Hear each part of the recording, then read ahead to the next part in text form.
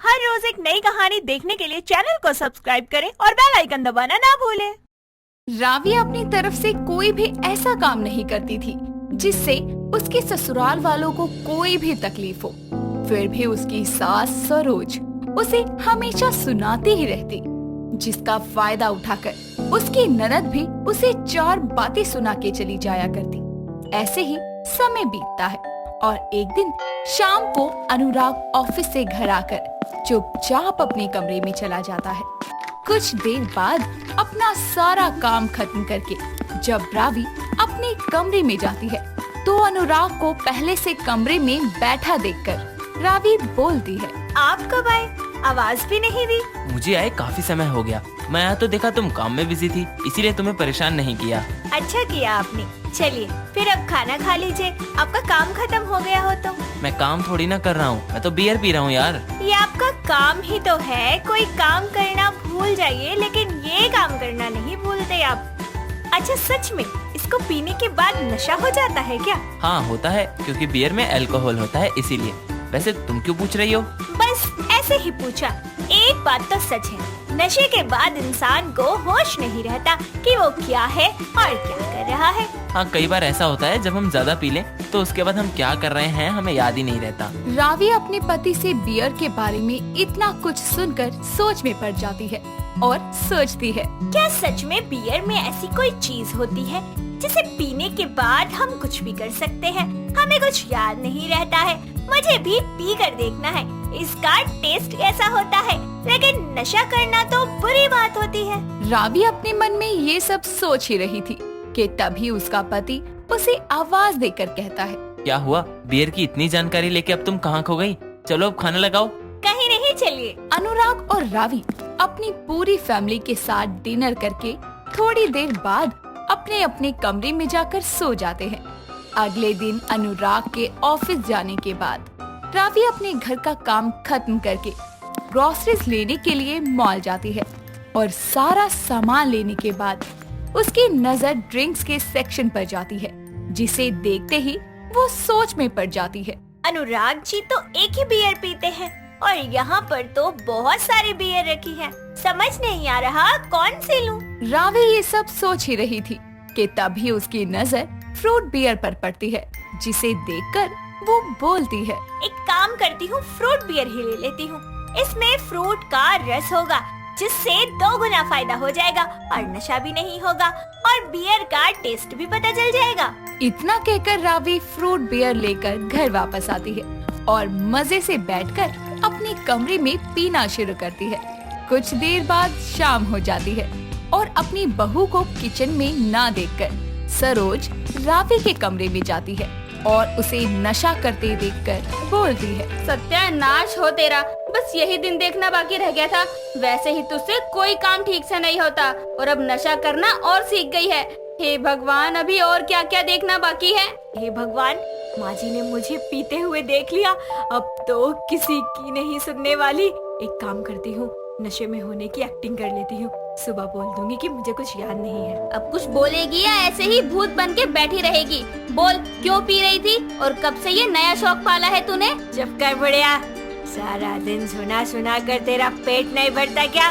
माँ जी, मुझे पीने का दिल कर रहा था तो मैंने बोतल उठाई, ढक्कन खोला और पी लिया। रोज पीऊंगी, क्या कर लोगी? तूने मुझे तू कहा। बहू, लगता है तू होश में नहीं है, तुझे चढ़ गई है इसलिए तू ऐसा बोल रही है। एक काम कर, तू अभी यहीं बैठ, तुझसे तो मैं कल बात करती हूँ। इतना कहकर बिना कुछ ज्यादा सुनाए सरोज अपनी बहू रावी के कमरे से चली जाती है, जिस पर रावी बहुत खुश होती है और अपने मन में सोचती है, ये क्या मस्त चीज है। जो माँ जी छोटी सी बात पर पूरा घर सर पे उठा लेती थी, वो मुझे नशे में समझकर बिना कुछ बोले ही चली गई। इतना बोलने पर भी इतना अच्छा कर गई। अब तो जब भी मुझे किसी पर अपना गुस्सा निकालना होगा ना, तो मैं यही करूँगी। चलो हाल फिलहाल मैं सो जाती हूँ। अगले दिन रावी सुबह होने तक अपने कमरे में आराम से सो रही होती है। सब लोग तैयार होकर नाश्ता करने के लिए डाइनिंग टेबल पर बैठ जाते हैं। तब तक रावी अपने कमरे से नीचे नहीं आती। सबके नाश्ता करने के कुछ समय बाद रावी डरते हुए नीचे आती है।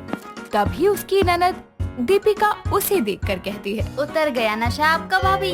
सॉरी, आप लोगों को बहुत लेट हो गया। मैं अभी आपके लिए नाश्ता लेकर आती हूँ। रहने दे बहू, अगर तेरे भरोसे बैठे तो नाश्ता भी हमें लंच टाइम में मिलेगा। रहने दो भाभी, मैंने सबके लिए नाश्ता बना लिया और सबने कर भी लिया। बस आप अपने लिए बना लेना। वो क्या है ना, मैं बहुत थक गई। सीधे सीधे क्यों नहीं बोल देती? मेरे लिए बनाती तो तेरे हाथ टूट जाते। कोई काम मेरे लिए करने को आता है तब तो तुझ पे हाय पड़ जाती है। माँ जी का तो हो गया, अब तेरा नंबर है।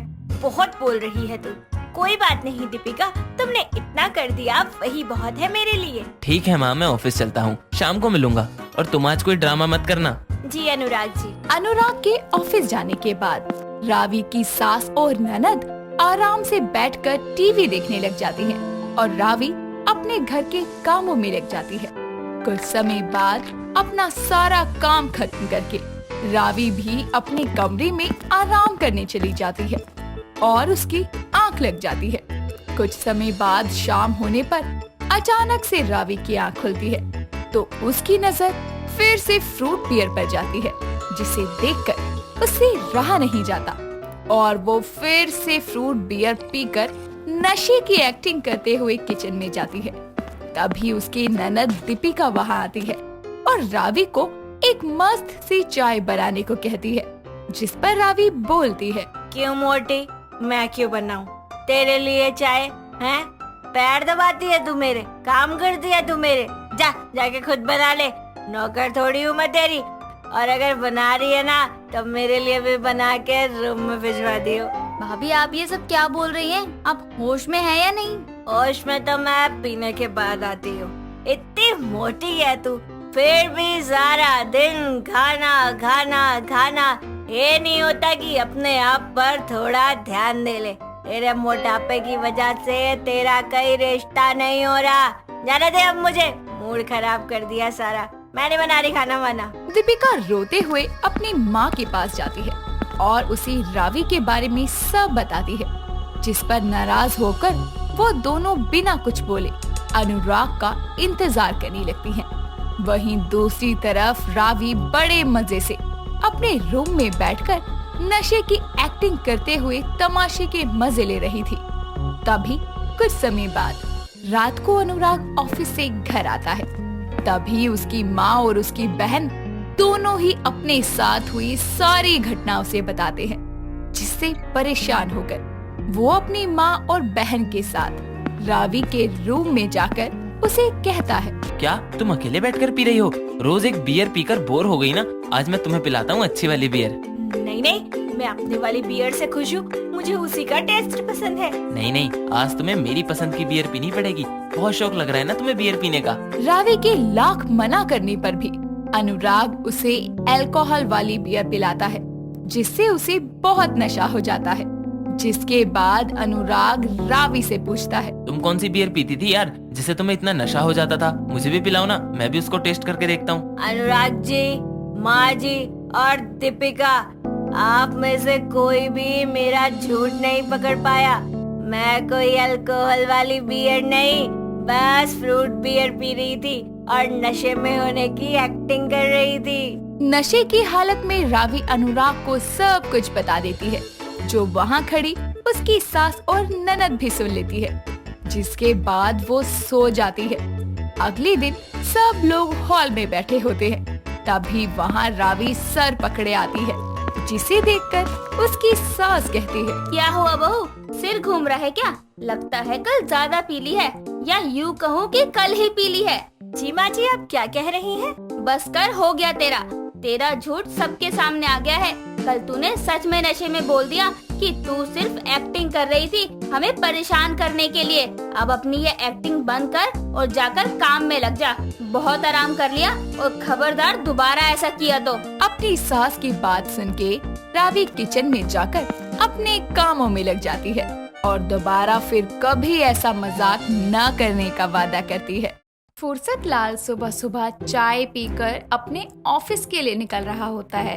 तभी उसकी बीवी सज धज कर अपने हाथों में पर्स लेकर उसके पास आती है। और अपने हाथों को आगे करके उससे बोलती है। चलिए पैसे दीजिए, कल मैंने पूरे 5,000 की शॉपिंग की थी, वो भी उधार पैसे लेकर मिस मिश्रा जी से। अरे मैंने 1 साल पहले उसके पति को 1,000 रुपए दिए थे, आज तक तो मुझे नहीं मिले और वो तुमको 5,000 की शॉपिंग करवाती है। ऐसा कैसे हो सकता है? अरे उसके पास तो क्रेडिट कार्ड है, मैं तो बोलती हूँ कि आप भी 2-3 क्रेडिट कार्ड ले लो, बड़े काम की चीज है। फुर्सत लाल का एक ही विचार, आज नगद कल उधार। मैं नगद पर विश्वास रखता हूँ। पर क्रेडिट कार्ड तो उधार देने के लिए ही है और बहुत सारी स्कीम भी मिलती है। इसका मतलब सामने से उधार मिल रहा है। चलो, फुर्सत का विचार बदल गया।